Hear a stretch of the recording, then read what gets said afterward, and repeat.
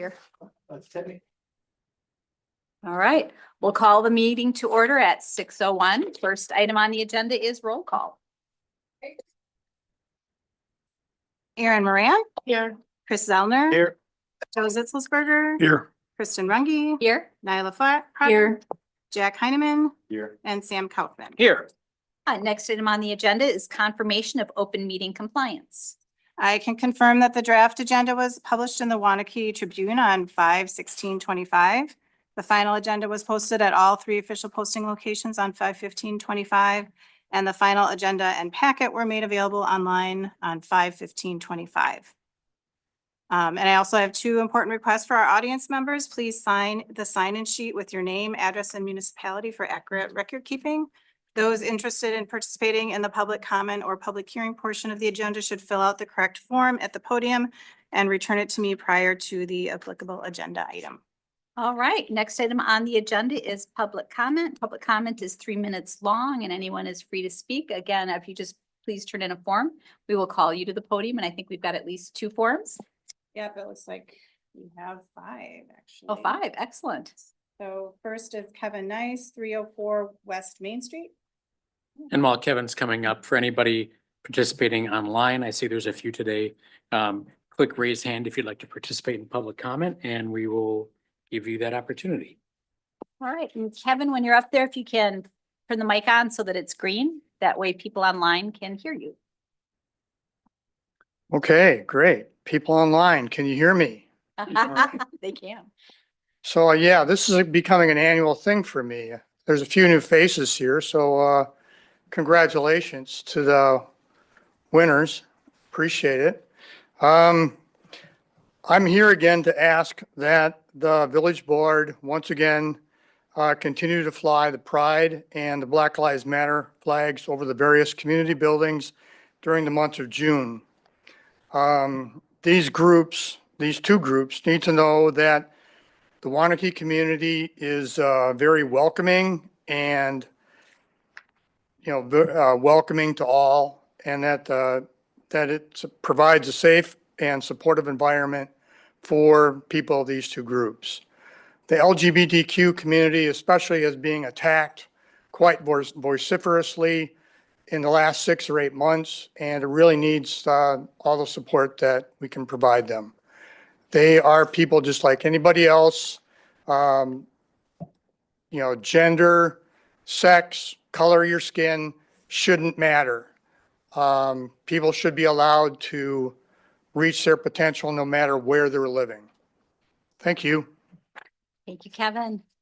Next up. Yep, that's 1,000 Wexford Drive.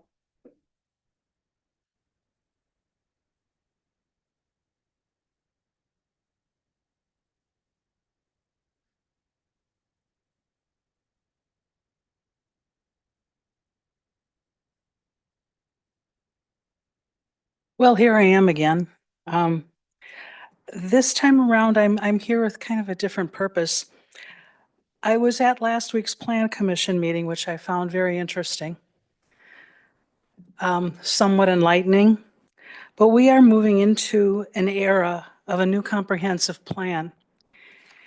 And I think everyone sitting here needs to let everyone they know in their neighborhoods to let the village know that we want involvement right from the start. Many times people are assumed that they're going to get information either via computer or the newspaper or neighborhood groups or whatever you have signed up for. You don't always get that, but there is one surefire way that everyone in the village can get the information. We all have addresses. We need mailers to invite us to whatever's coming up at whatever location. I listened very closely and heard some things that I had to really think about. And I even went back and watched the video of that portion of the meeting today. And if you want to know where it starts, it's at 2 hours, 5 minutes and 11 minutes, 5 minutes and 11 seconds. Goes on for a little over an hour. Sit back and listen to that go back and re-listen to certain things that you don't know if you heard them right in the first place. But the group that is leading us in this process, along with staff, with committees, with this board, need to hear from all of us. Because as someone said just today, regarding a different topic, we are all human beings. And whatever other communities around us are doing, whether we like it or not, we're going to be traveling that same path for a plan for the next 15 years. I've been here 47 years. I liked Waunakee better when I started out. And maybe you'll see some of that as well as you watch and listen. Thank you. Thank you, Maria. All right, next up. Ethan Farrell, 6024 Eagle Cave Drive, I believe it is, McFarland. Hi, hello everyone. Some of you may recognize me. If you don't, that's okay. I'm not offended. My name is Ethan Farrell. I'm the municipal reporter for the Waunakee Tribune and a couple of other papers. If you do remember me, that's because I had the same role about a year ago. I left for a short-term work opportunity in France, but I'm back in the exact same position I had before. It's really nice to see some familiar faces. Your composition has slightly changed. I'll be looking forward to get to know you, Chris, and I'm sorry. Jack, I'll be looking forward to get to know you too. It's good to see staff, Todd, Renee, and Jared, also some unfamiliar faces as well. But I'm just stopping by to say hi. One thing that has changed is I have less communities to cover this time around. So hopefully that means I'll be able to spend more time with you and you'll be able to spend more time with me as well. I've been slinking into municipal meetings all week, just trying to get my name back out there. My mobile phone number hasn't changed if you still have it lying around anywhere, but my email has slightly changed. I've actually already had an exchange with Nyla and Joe over email this week. So if you need to get a hold of me, they can give you my address and hopefully I'll have cards sometime soon. I'm still working really closely with Roberta, so if you need to reach out to her, honestly, at some point, the two of us kind of just become one person, and you tell one thing to one of us, the other person hears it too. But don't hesitate to reach out to us for anything that you have going on in the community you'd like us to come take pictures for, or whatever it may be. I'm happy to start working with everyone again. And like I said, don't hesitate to reach out. Unfortunately, I have to run. I can't hang out with you tonight, but you'll be seeing a lot more of me in the future. So All right, thanks, guys. thank you and welcome back. Appreciate it. Happy to be back. Yeah, excellent. Next up. Next up is Brooke Benz, 703 Pleasant Valley Parkway in Waunakee.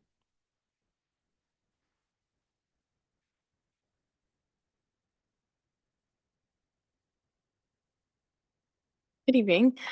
I'm Brooke Benz, and as a student of Waunakee Community High School and a resident of over 14 years in the village of Waunakee, I believe that everyone, regardless of age, gender, sexual orientation, race, or economic position, should feel represented in this community. It is to my understanding that putting up the Pride and Juneteenth flags will have no impact on the budget. It will have an extremely positive impact within these underrepresented communities. It is crucial to communicate our support for these groups, which are an important part of the community in Waunakee. And one small way of doing that is having flags that represent them around town. Helping everyone in Waunakee feel safe and understood can inspire other towns and communities to do the same.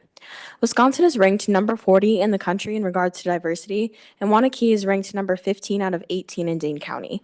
I think this could be a great first step towards more diversity and inclusion within our community.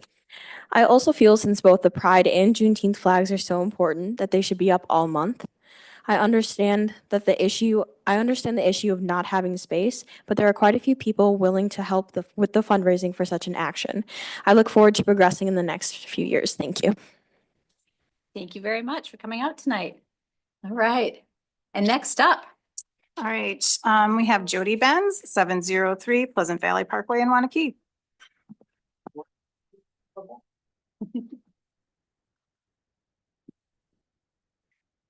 Hi, I'm Jody Benz, and I first want to thank the board for their continued support of and commitment of inclusion. I'm here to ask that we still put the pride flag up, maybe someday the progress flag, and the Juneteenth flag. Again, if we can put it up all month, that would be great, but I do want to see both flags flying in this community, in every community. Everybody should be celebrated for who they are, who they pray to, who they love, what color they are, everything.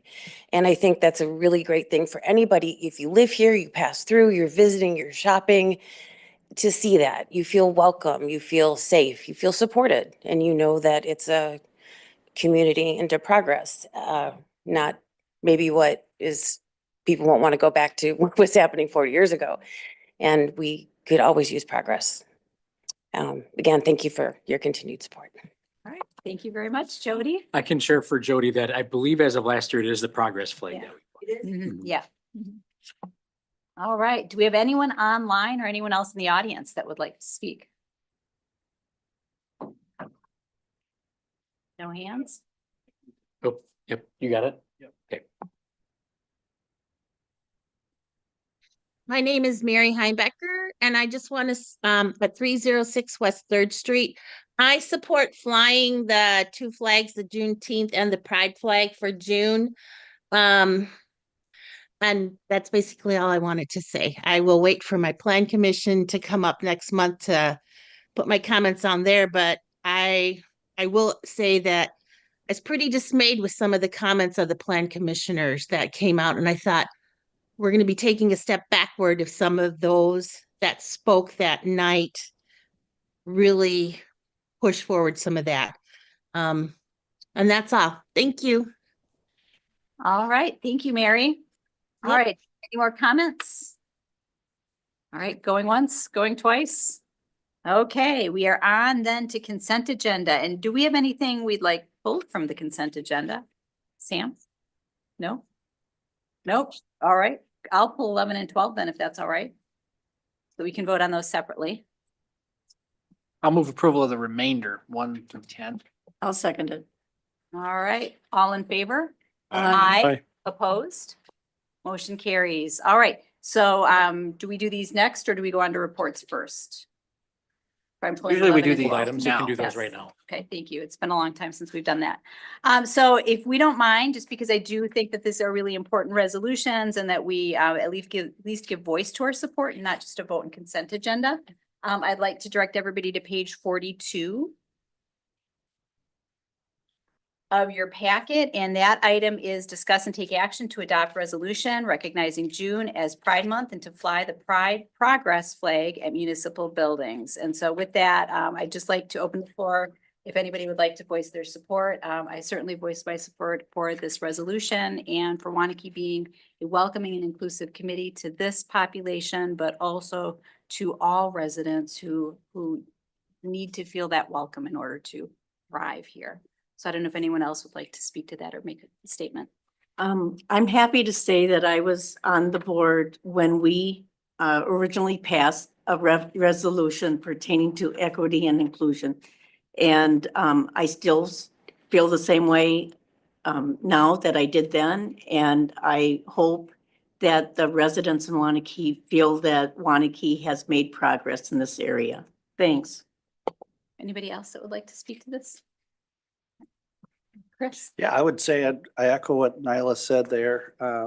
Sam brought this forward, I believe, at the time, and I thought it was important that we make sure we recognize this annually as we were going through this. I'm glad that you pulled it from the consent agenda because I think it's something important that we talk about, that the community understands and supports. And I just want to echo that I still support this. All right, thank you. All right, anyone else? Seeing none, do we have a motion? All right, I will move to approve the resolution recognizing June as Pride Month and to fly the Pride Progress flag at municipal buildings. I'll second it. All right, any discussion on the motion? Seeing none, all in favor? Aye. Opposed? Motion carries. All right, page 50 of your packet has our second resolution for the night. And this is relatively new. We did this for the first time last year in recognition of Juneteenth becoming a federal holiday.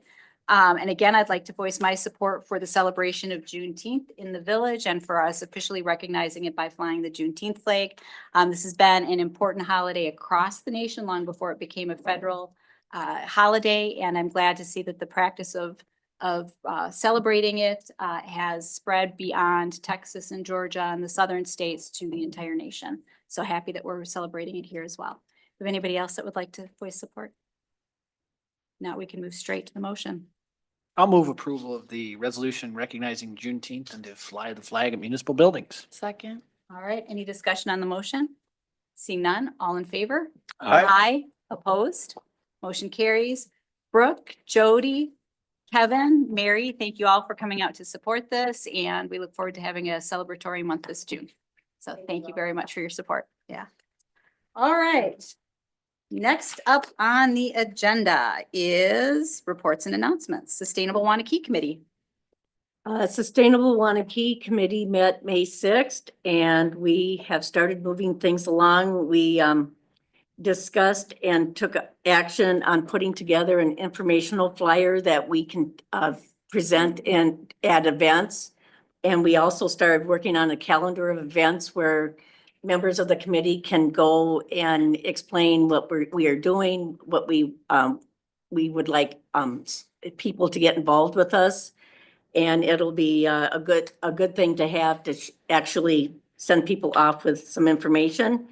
And we're also discussing stakeholder outreach and when to have a gathering to ask for stakeholders or individuals who would like to help with projects. So thank you.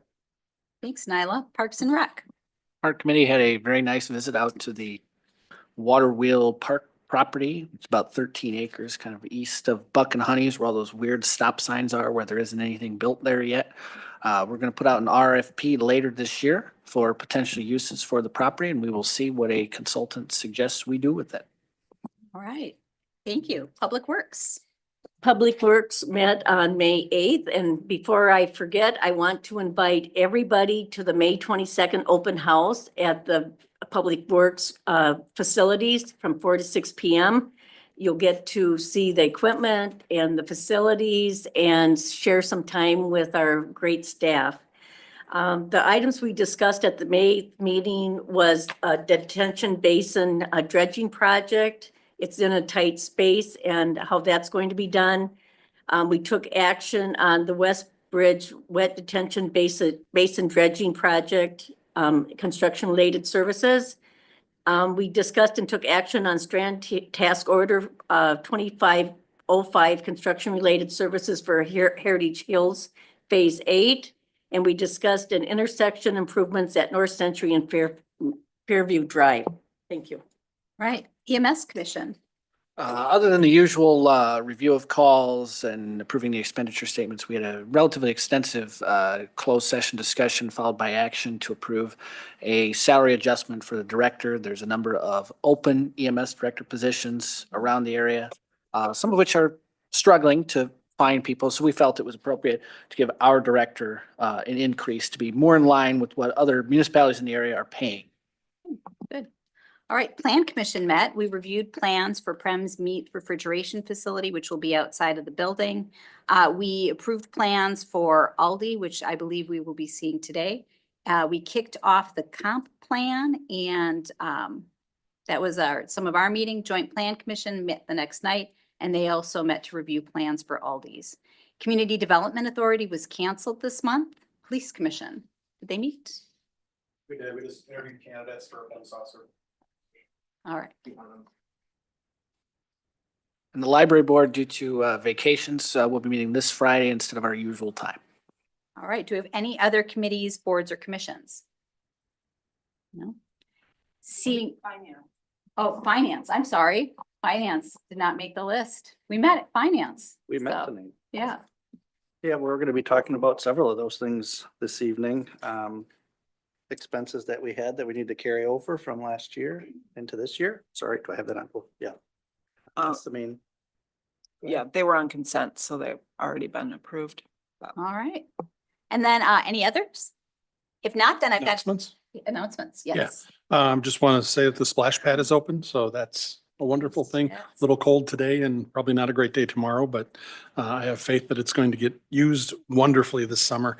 And then the other thing is 2 weeks from this Thursday, after everybody's very familiar with where the Public Works Garage is, go back to that same spot and we'll have the shred event.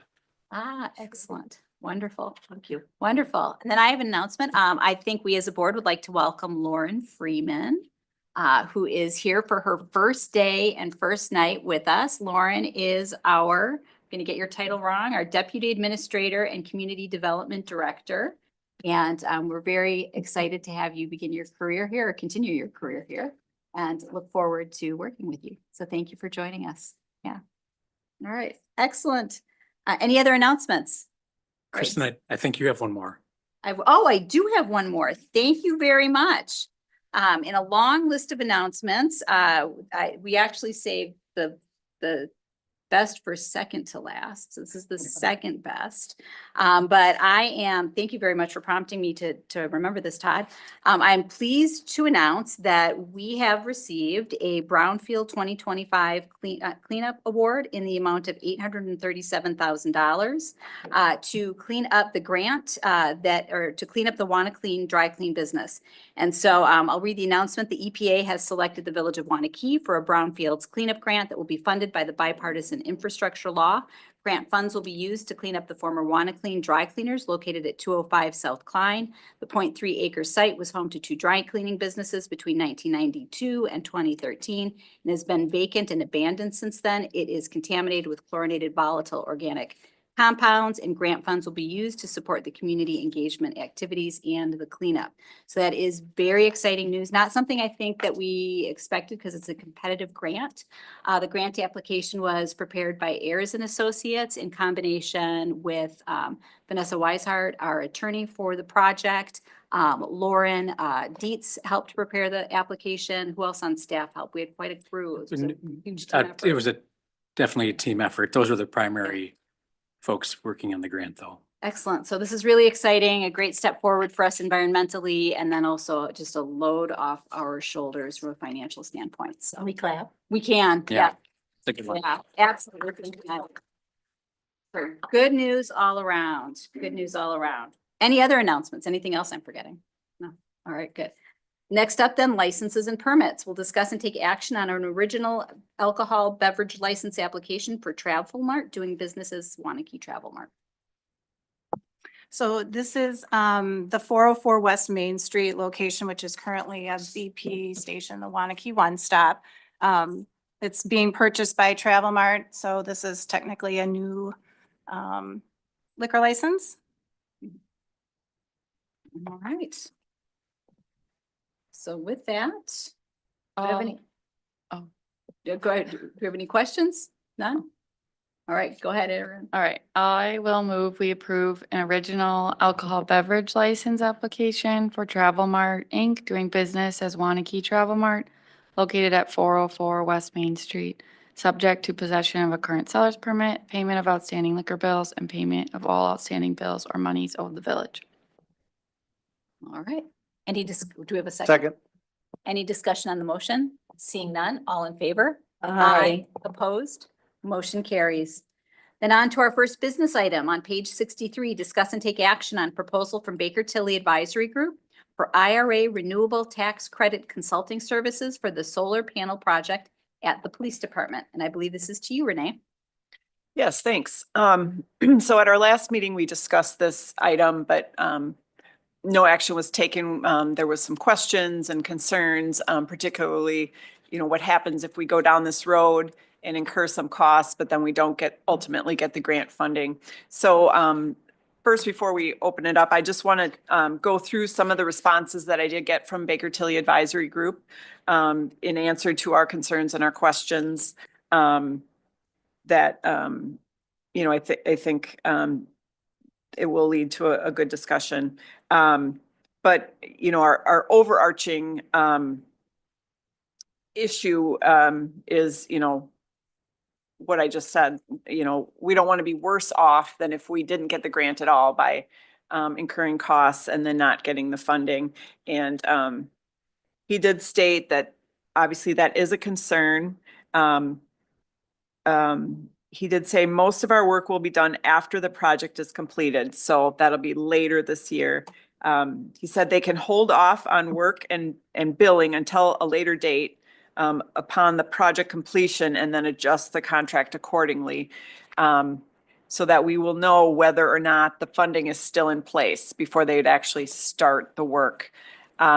He does feel like the funding would still be in place for a small solar project like we are doing.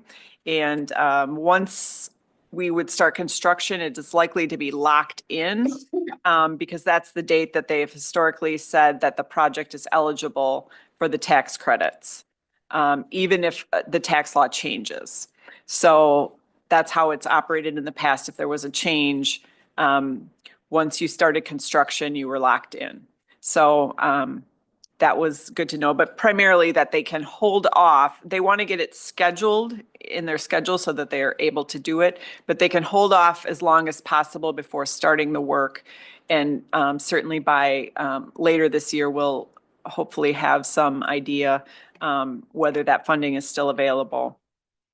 So then I did ask again, what about the start time and then what is the duration of that initial cost segregation and energy property basis phase?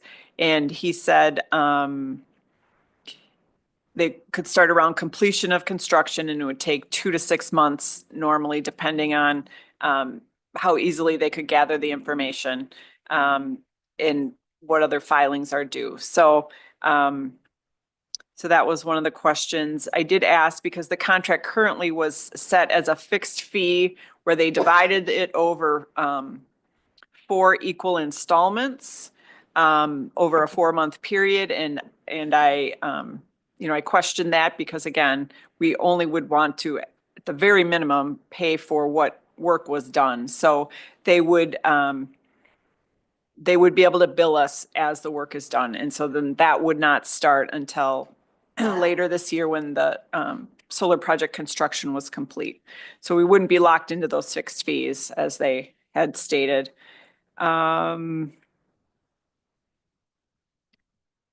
see.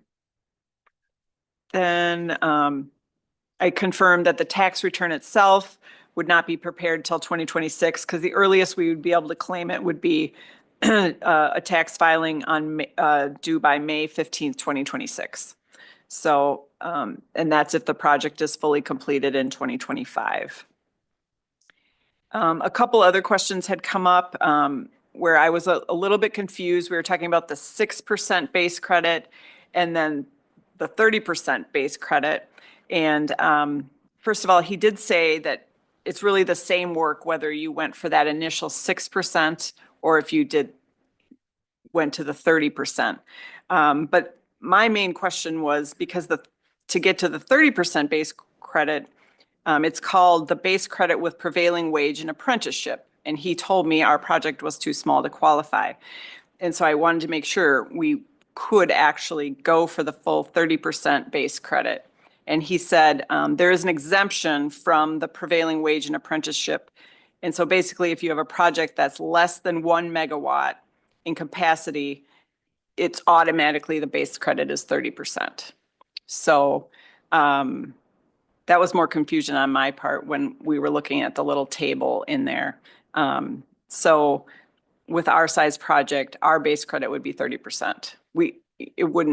There wouldn't even be the 6% because it would be the same either way with our small project. So I think those were some of the concerns we had last time, but I'm happy to answer more questions or discuss this further. All right. Let's open it up for questions. Sam, would you like to start? Well, obviously, we had this discussion last time. Things in Washington right now are very risky. The tax law that's being referenced here, everybody talks about a president's first 100 days. That didn't actually move until November of the first year in 2017. So, and again, will there perhaps be, defectors? Obviously, the makeup of Congress is different now than it was then, maybe, but it's a big risk. And we've already agreed to do the project. And is it something that we necessarily want to throw money at in hopes of savings? I don't know. All right, Jack.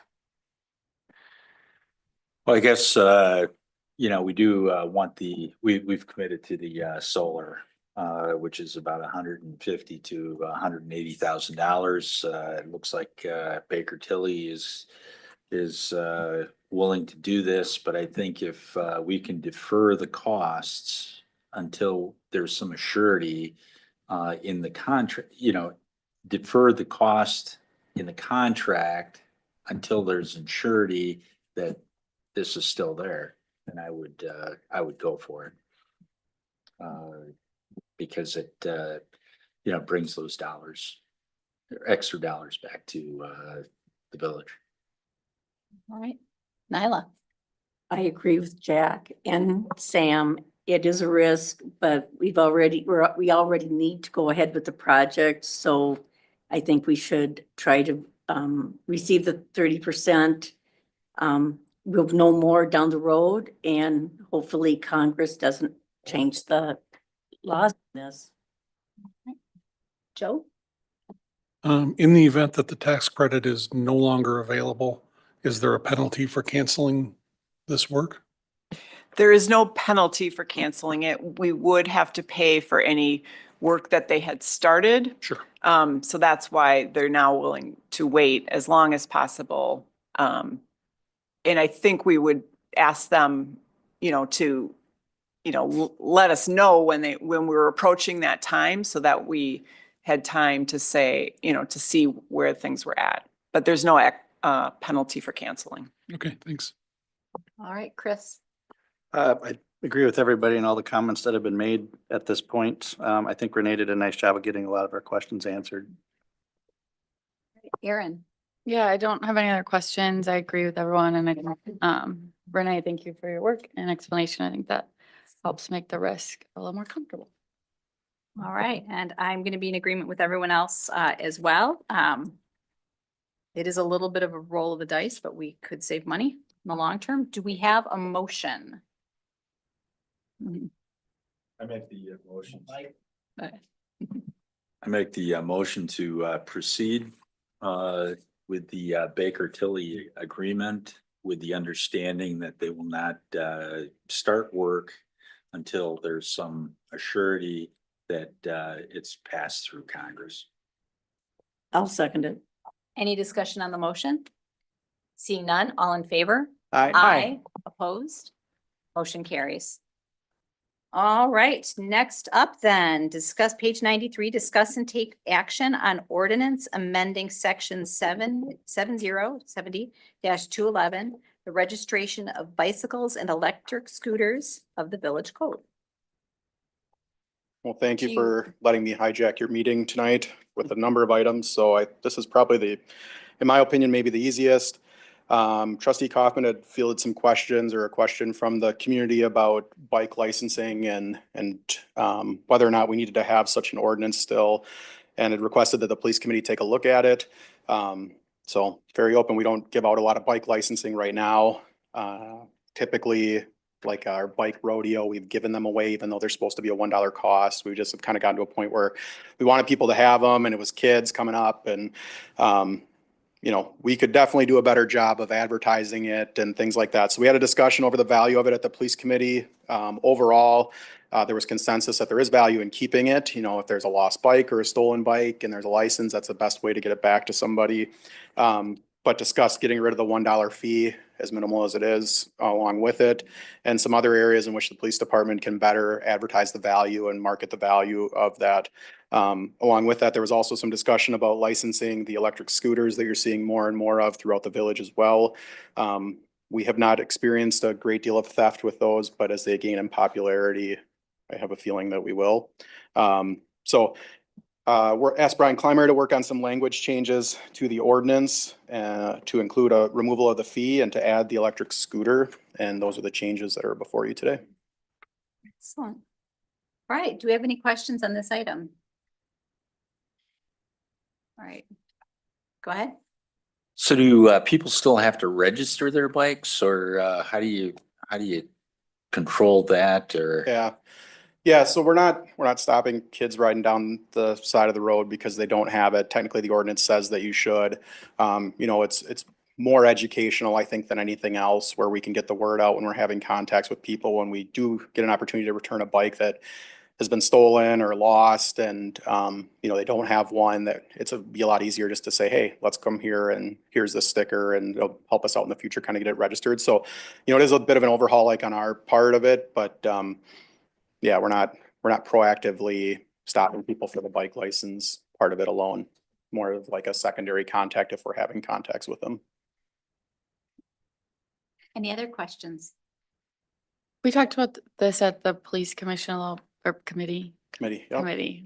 I'm new to it, so I wanted to make sure I said that right. But and that removing the fee and then updating it for just how much technology has changed too with bikes, and I feel like we all see a lot more kids on motorized bikes and adults on scooters and all these things. So I think too that if we can update this, hopefully more people get this. If they're lost, stolen, that kind of thing, we at least have some sort of recourse to help people. And I'm reading this reminded of in September, the library is usually partnered with local businesses for Library Card Month. If you bring it, you get a deal, but this may be something we do to encourage the bike license. Sure. So get $1 off or something, but Thank you, Erin. everyone should bike more. You should, yeah. Chris? Joe? I'm curious in A1 where we talk about bicycle, is there any concern that maybe excludes e-bikes? Excludes e-bikes? Yeah.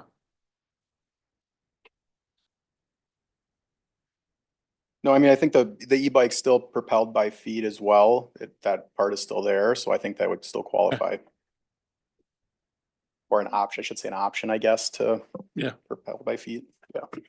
Is that the same as number two? I mean, in number two, are you addressing it? Right there at the last sentence, basically. Motor bicycles? Yes. I suppose it could. Yeah.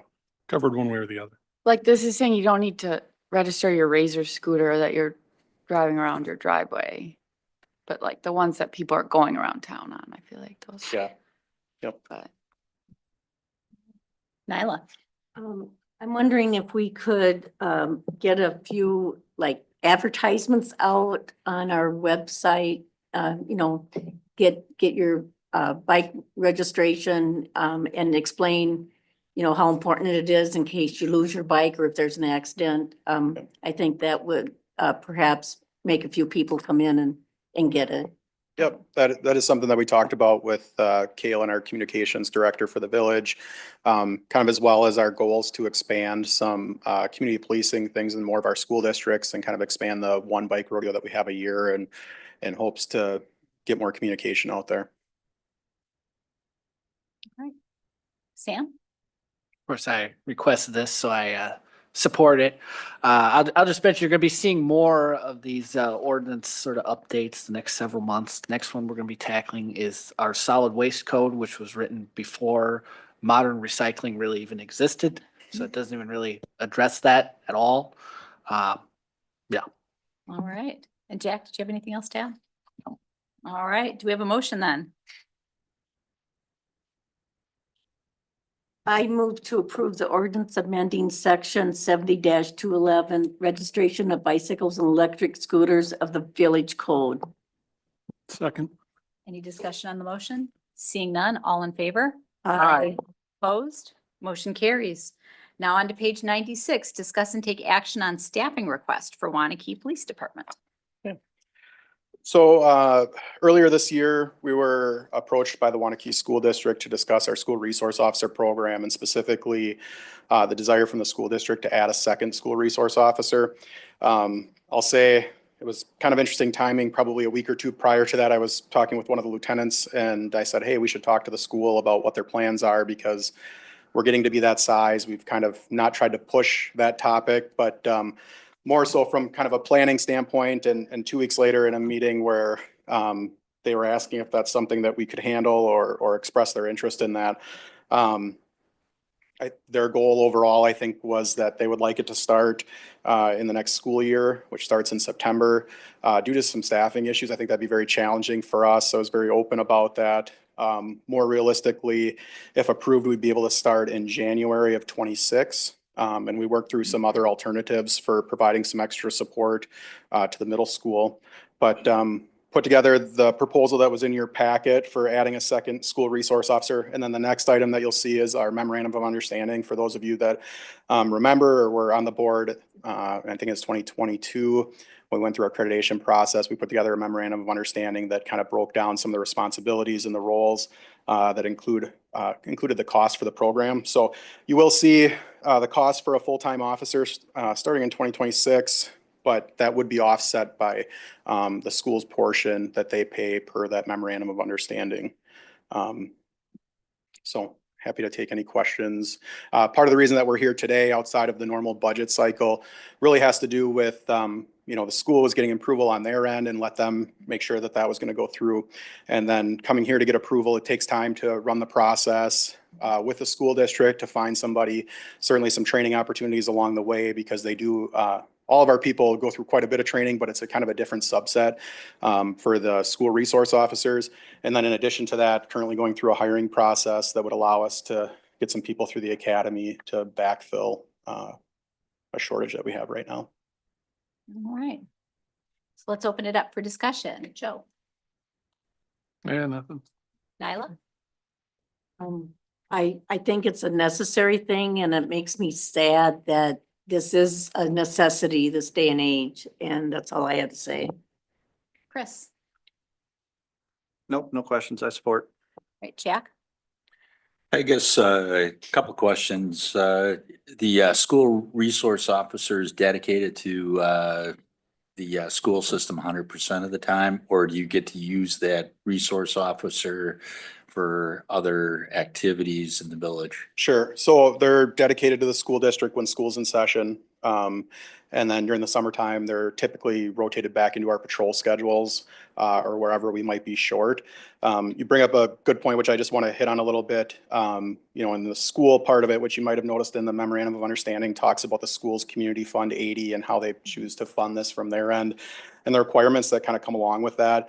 Really push to say it is a school, it can be used on school related positions, but it needs to be outside of the school as well. So one of the things that you'll see that's kind of expanding in this is, our current school resource officer is going to be stationed at the high school with availability to St. John's, which they, didn't have that go between before, and the 4K sites, with the other one being stationed at the middle school, covering the intermediate school and the elementary schools as needed.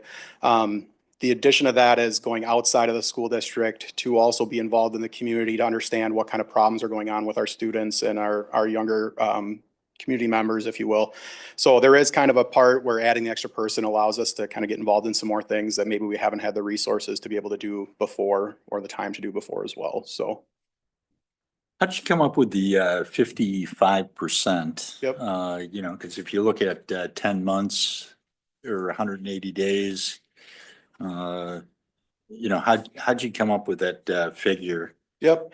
So, technically our MOU, we hadn't brought it back. I think it would have maybe come back this year, or it could have come back, or it would have just auto renewed.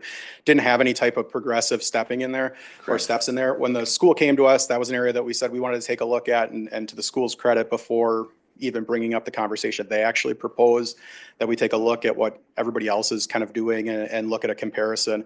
When you get into like the 108, if you're looking at the chart on page 5, the 187 days and the 180 days, that's actually probably figures out to kind of almost less than what we're paying right now. We were in line with Middleton, pretty exact.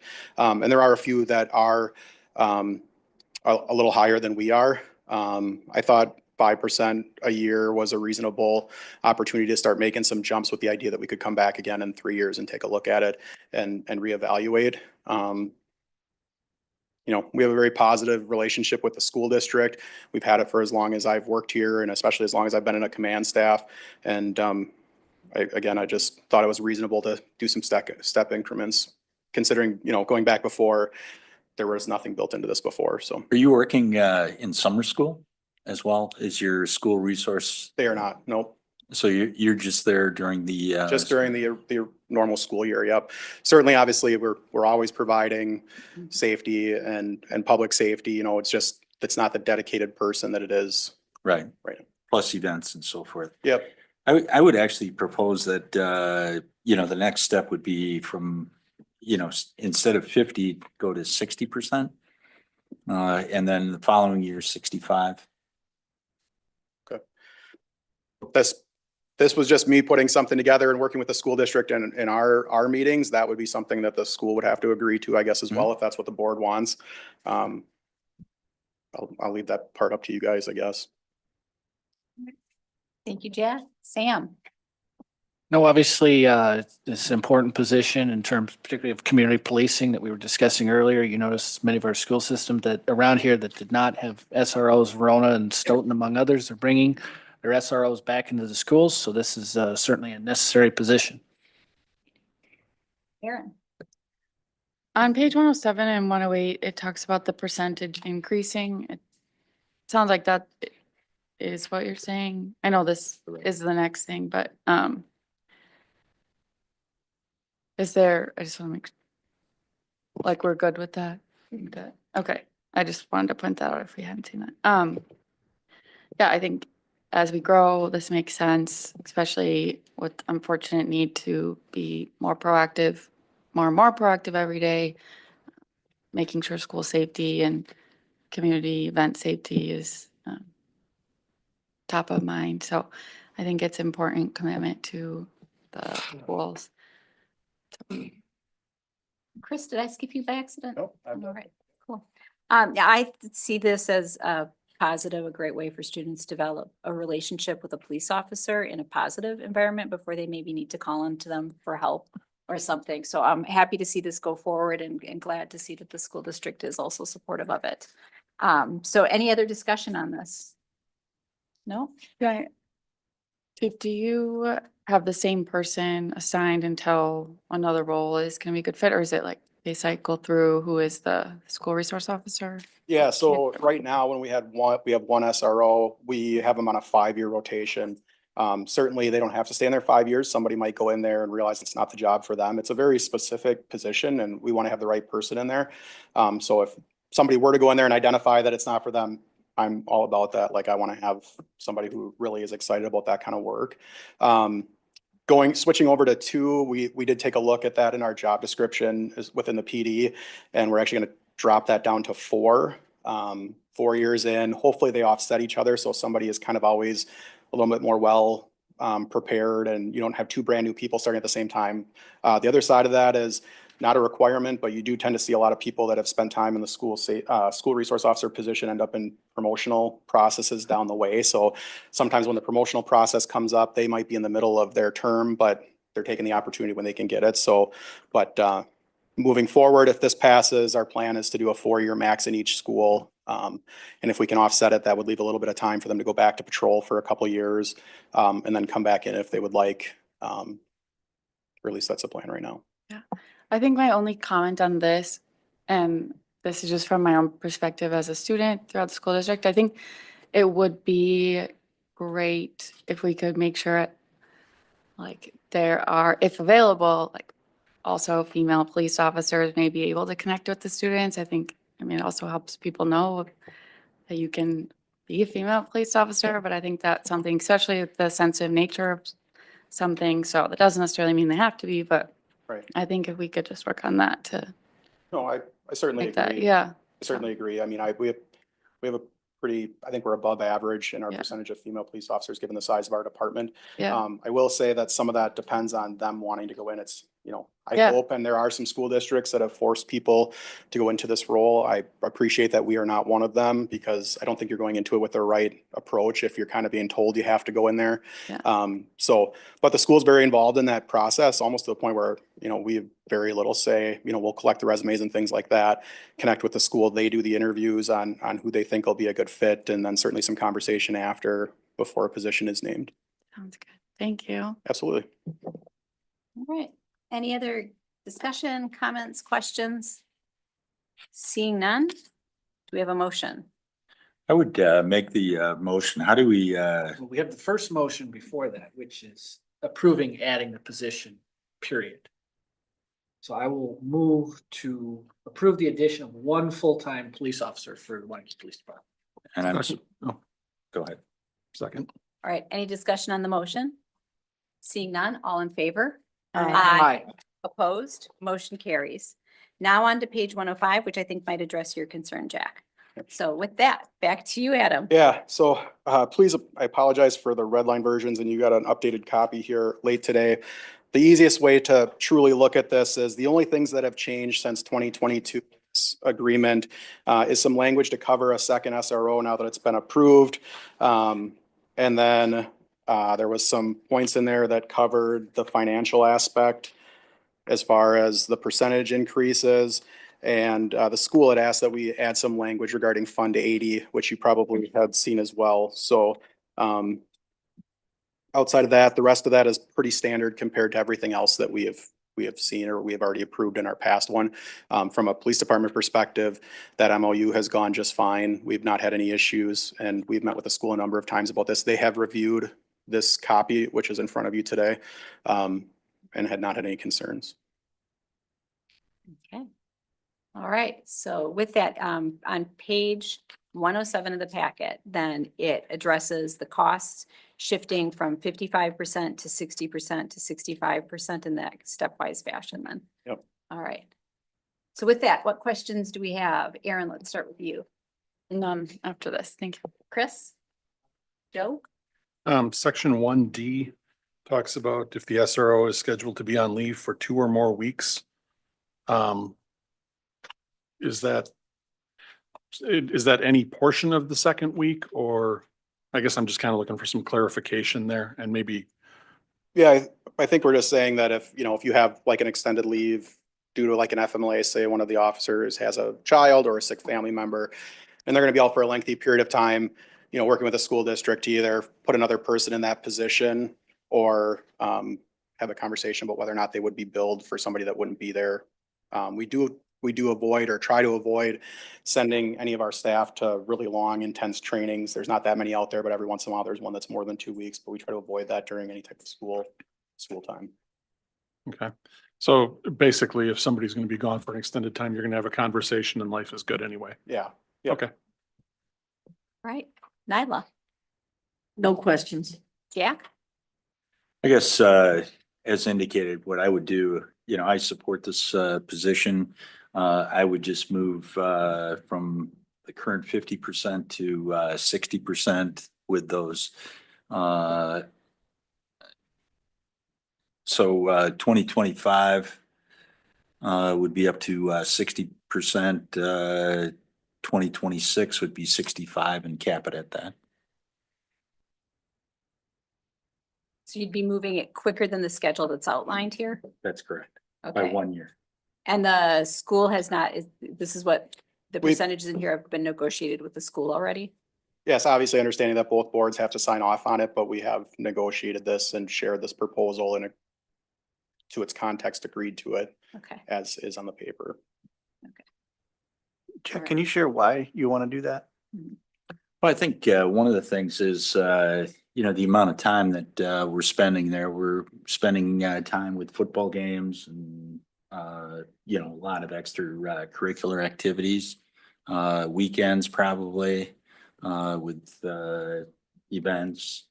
So, it's just a lot more time. We're dedicating this person basically, to 100% during the school year. So that's my rationale behind it. And if I can add, the overtime part is separate under there. Overtime is billed out at 100%. So those events that you're talking about, football games probably is the biggest one that sticks out, the occasional basketball game, school dances and things like that. Those are typically outside of their normal hours, and the school is billed separately for that and at the overtime rate of the staff. And just so I'm clear, so you're advocating then, Jack, that the district cover more of the cost earlier in the process? Just 1 year earlier. Okay. Thoughts about that? Go ahead, Nyla. I think as long as it's been discussed with the school district, we should keep it the way it's written at this time. I would generally concur with that. I would also note on here, because we were talking about 1D, part of the end of the sentence is missing. So in the final version, that'll need to be Okay. finished.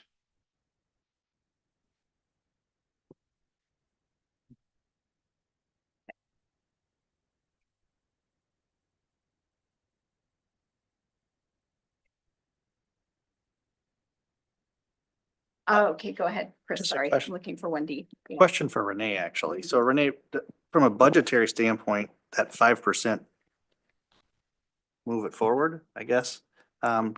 What does that mean? Or does that really have a significant impact? I mean, it's not a significant revenue that we, that increase. Obviously every little bit helps toward the budget. But since this isn't going into effect until 2026, we will have time to work in whatever is decided into our 2026 budget with including the offsetting revenue. I mean, it really comes down to which body is gonna be paying that additional 5%. I mean, it's gonna go on a tax rolls either way. I'm trying to justify if we've had these conversations, to Nyla's point, with the district It's already. about $6,000 amount wise. Thank you. 5% on the current salary. Yeah, I'm just looking at if they're kind of operating over there under the impression, I feel like I want to make sure we don't have a black eye to a certain degree with them for coming back on something they pretty much have agreed to. Well, obviously, when we're negotiating or we're talking about these types of parameters, obviously neither of us from either side have the authority to give the final say. So I mean, we're negotiating in good faith that the understanding has to come before the board. So whatever you guys decide, I will say from my perspective in the time that I've been with the police department, I know there was a time where we were being paid very little by the school to cover the cost of that.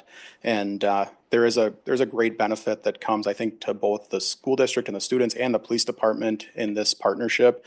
The fact that we came to the MOU like 3 years ago, and I think that really upped it from where it was at. Coming back 3 years later, increasing it another 15%. That's where I kind of came up with the 5%. So, if you're asking my opinion, I personally think 5% is reasonable, but I understand where Jack's coming from too. It's just a matter of, I'm happy to go back to the school if you'd like. Kristen, I think, yeah, go ahead. I want to ask Jack a question. And I understand what you're asking for. I don't have an argument about the percentage. When Chris asked for your reasoning, you referenced some of the after-school events and things like that. Chief clarified that that's a separate build approach. Understanding that, Jack, does that change your perspective on the 60 to 65? I can go with the 55. Okay, thanks. Yeah, Sam. Nope, I don't have a problem with keeping the current agreement. It's only approximately, given the salary roughly that we just approved with the last motion, it'd be right here with current rates, it'd be $5,902.25. So it's a small enough amount. And ultimately, it shows we're trying to take a phased approach to the school district paying more money. So I'll move to approve the memorandum of understanding between the Waunakee Community School District and. Thank you. I'll move to approve the memorandum of understanding between the Waunakee Community School District and the Village of Waunakee for the School Resource Officer Program. Second. Any discussion on the motion? Do we need to add anything for extending 1D to completion? I might have that in my finished copy. subject to minor grammatical corrections. All right. All right. I'll agree to that. All right. I'll agree to that friendly amendment as well. All those in favor? Aye. Opposed? Motion carries. On to item number 5. All right, so Nyla's asking about the order of 5 and 6. Do we need to determine 6 before we can do 5, or can we do 5 before we do 6? I'm happy to talk about them both as a whole and, Why not? and you Yeah. guys can kind of. That's awesome. Sure, they do kind of go together. So this, both these items have to do with a records management system that we're currently using. And one of them has to do with withdrawing from a current intergovernmental agreement that we have for the current system that we've been in since 2000, I think it's 8, if I remember correctly, and making a switch to a different consortium that involves some different agencies. So this process actually started last year, the beginning of last year, for me personally, although we have as a police department taken a look at our records management system a number of times over the years. In a perfect world, every agency in Dane County would be on the same one. But I don't think that that's ever going to happen. So back in like 2007, 2008, our current records management system went away. The city created a consortium, if you will, for records management services. So it's kind of their records management group. There's a lot of municipalities that were tucked in there as well. And for a number of years, we've operated under that system. And as we evaluate and have been evaluating, we've definitely seen some things we'd like to have more say in, if you will. Right now, we really don't have any say. We're kind of just at their mercy and what they provide. They've done a good job as far as the technical aspect and things of that nature. But as we have grown, we have noticed times where we want to collect certain data, be a little bit more specific to Waunakee, be a little bit more consistent in some of the things that are going out there, be more efficient. And that led us to take a look at another system. So really, if you look at the county, there's really 3 records management groups, if you will. There's the one that we're in right now. There's the one that I'm proposing that we join, which includes Sun Prairie, Fitchburg, Verona, Monona, and Middleton. And then the county has theirs, and I believe Oregon and maybe some of the other municipalities that are smaller are involved in theirs. So at the start of last year, we kind of decided to take a look around over some frustrations internally over things that our system couldn't do or changes that had been promised to us that have been told that upgrades were coming and were never coming, and decided to take a look at the EMPIS, I'm going to call it EMPIS system that includes the new one that we're trying to join. So the command staff, we went to Verona. They're very similar size to us. They don't have a dispatch center, and got a demonstration from them. Very impressed with the system. I think it opens up a lot of doors to make us even more efficient in how we're running our operations than we are right now. There's we can customize some things that are better for us. That group everybody has a say, which is kind of nice. Regular meetings, we vote on everything. Everybody has an equal share. Those things are important. There's also opportunities to collaborate together in other areas that we've been looking into, whether it's training and sharing staff. If we have a big case here that might be too much for like our couple of detectives to handle, we could reach out to those agencies, and we kind of already have this working relationship. You'll see that once in a while. The additional part would be some of the equipment sales that come in that oftentimes are expensive. I'm going to use the equipment that you would use to pull information off of a cell phone, for example. It can be expensive. You have to have people that are trained to run it. Right now, we don't have that. We haven't spent money on that. We typically have jumped in line somewhere else, and you're kind of at their mercy. For example, purchasing that as a group under EMPIS and having somebody that's trained in it, meaning they have access to the equipment, but Waunakee is not the only one on the hook for the equipment. Those are benefits that we're seeing from an opportunity to move into a new system. So I was very impressed with it, but obviously my days of using it every single day are probably over unless I demote myself. But so I sent my other staff. I sent my office manager, a couple of field training officers, a supervisor, and said, do some ride-alongs. Verona was very gracious to us, and see what you think and what you liked and didn't like. And it was extremely positive. So that was last year, and I was prepared to come here to this group to say, hey, let's make the move. And we got the cost for taking our records from our current system and moving it to the new one. And it was over $100,000, which was a no-go for me. So sat on the sideline. The agreement was they were going to take a look at our data that was in the system for the city and see if they were just lobbing a huge number out there or if they could do some work with that. And over the last year, they've been able to look at that, and that number has come down quite a bit. So we're back here today, and part of the reason we're back here today is because there's time limits for when we need to withdraw from the city one, which all the notices would have to go out before the end of June. Certainly there's some things that have to take place to join the new one, agreements, infrastructure, training, things of that nature. So it is an increased cost. I think we're getting a better product for our money.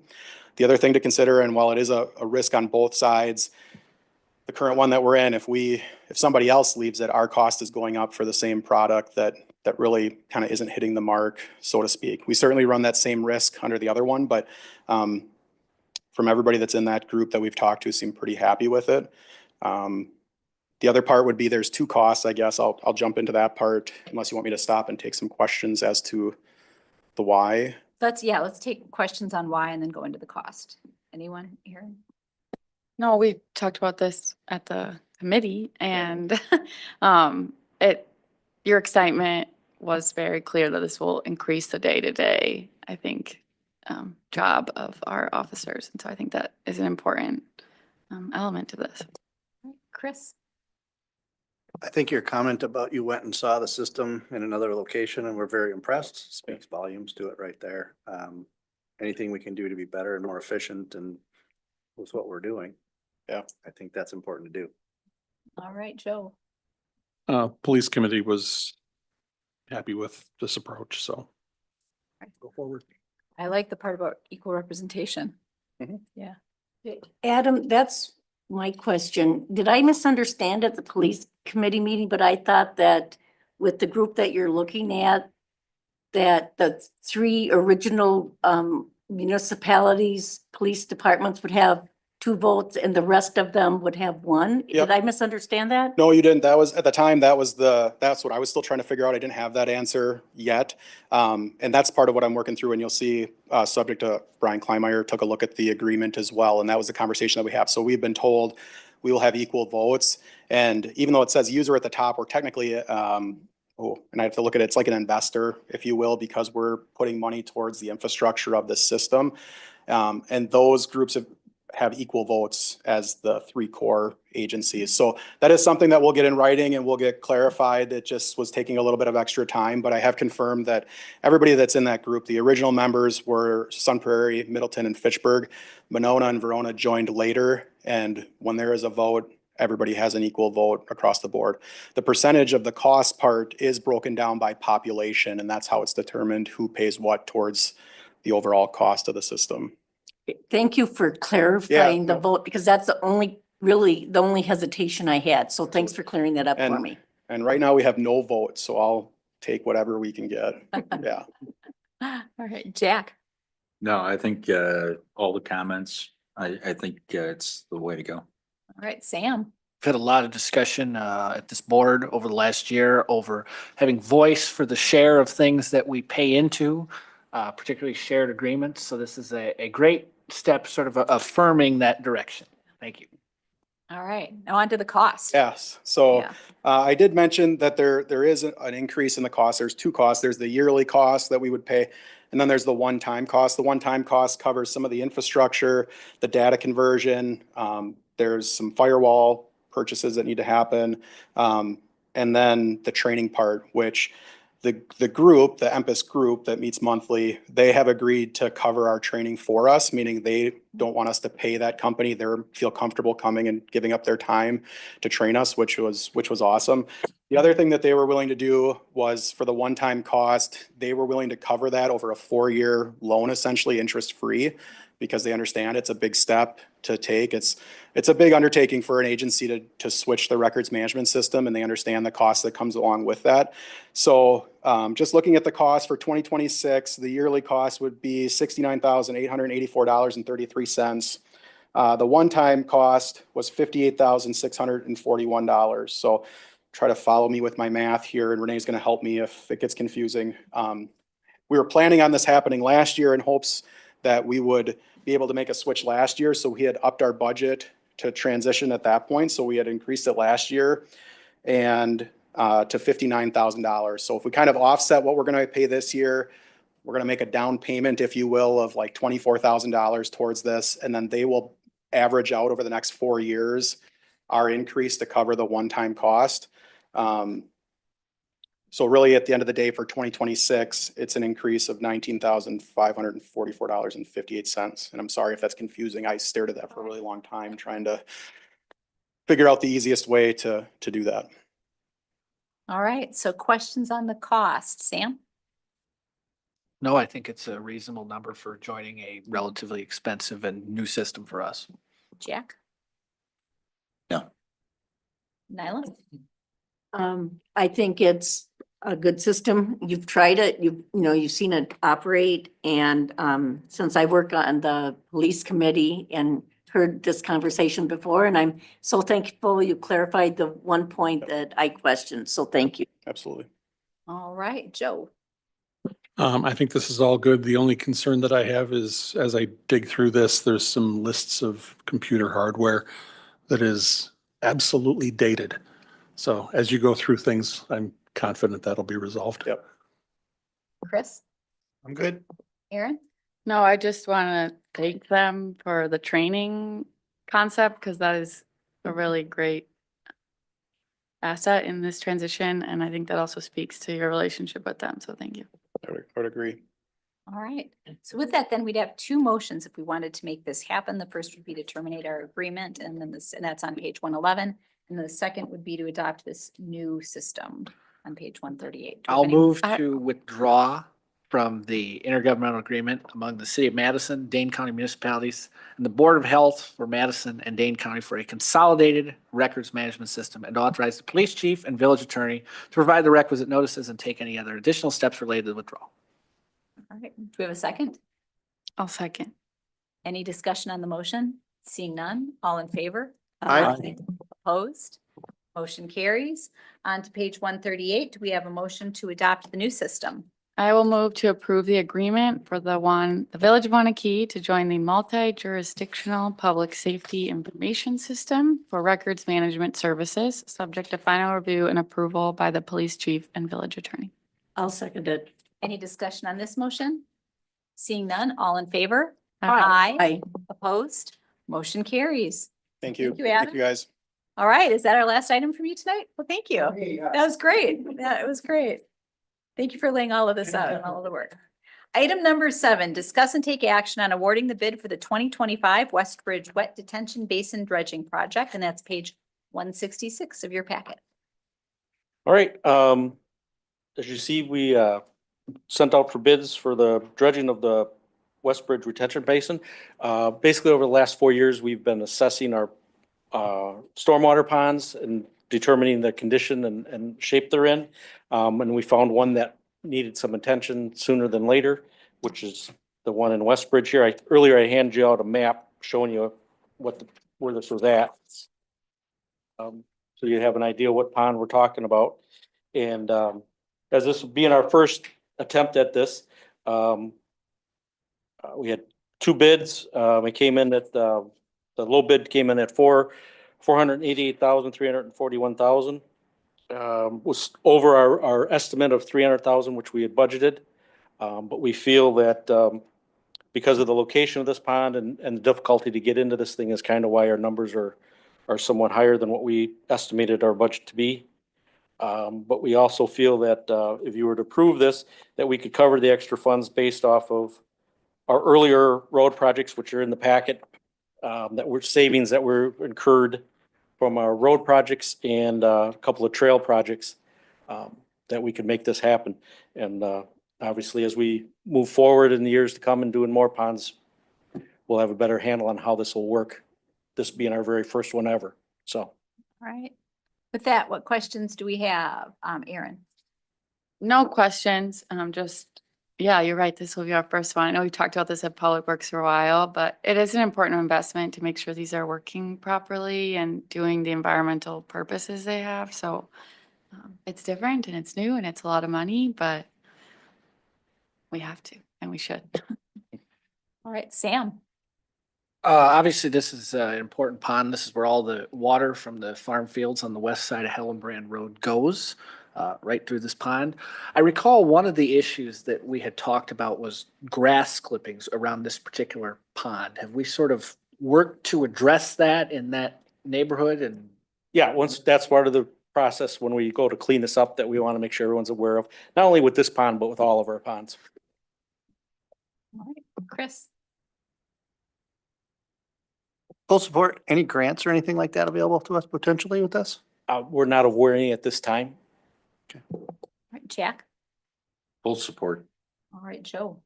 I support this. I suspect the reason that we're here deals with the farmland and that sort of thing, but is there a reason that this came up as quick as it did? I mean, Westbridge is not that old of a neighborhood, so I'm kind of surprised. You know what, it's really hard to say. I mean, we look at the farm fields next across the road. We've had some major rains since this pond was built, and water running through that area. There's been a lot of development in that area as well. So, I mean, I really couldn't say for sure. I mean, yeah, we have our theories, but. Okay, thanks. All right, Nyla. First of all, thanks to Bill and Aaron and Cody for working on this project. It's been a long time coming, and I'm sure it will be a learning project. So thank you. And I'm fully supportive of it. Nyla, do you want to make the motion? Motion to approve the 2025 Westbridge Wet Detention Basin Dredging Project to Speedway Sand and Gravel in the amount of $488,341.75. Second. All right, we've got a motion and a second. Any discussion on the motion? Seeing none, all in favor? Aye. Opposed?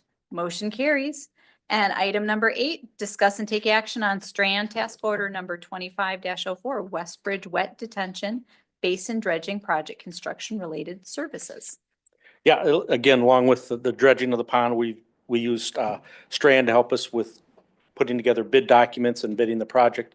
And this is just the last piece of the puzzle that we'll use Strand to help us manage the project to make sure that it's all put back the way it was supposed to be. Nyla, do you have any comments or questions? I'd like to make the motion. If there's okay. I move to approve the Strand Task Order 2504 for the 2025 pond dredging project. I'll second. Okay, any discussion on the motion? Seeing none, all in favor? Aye. Opposed? Motion carries. And that is the end of our 171-page packet. So do we have any additional motions tonight? that Move, anyone- we adjourn. Second. All in favor? Aye. Opposed? Motion carries. Thank you all. Thank you.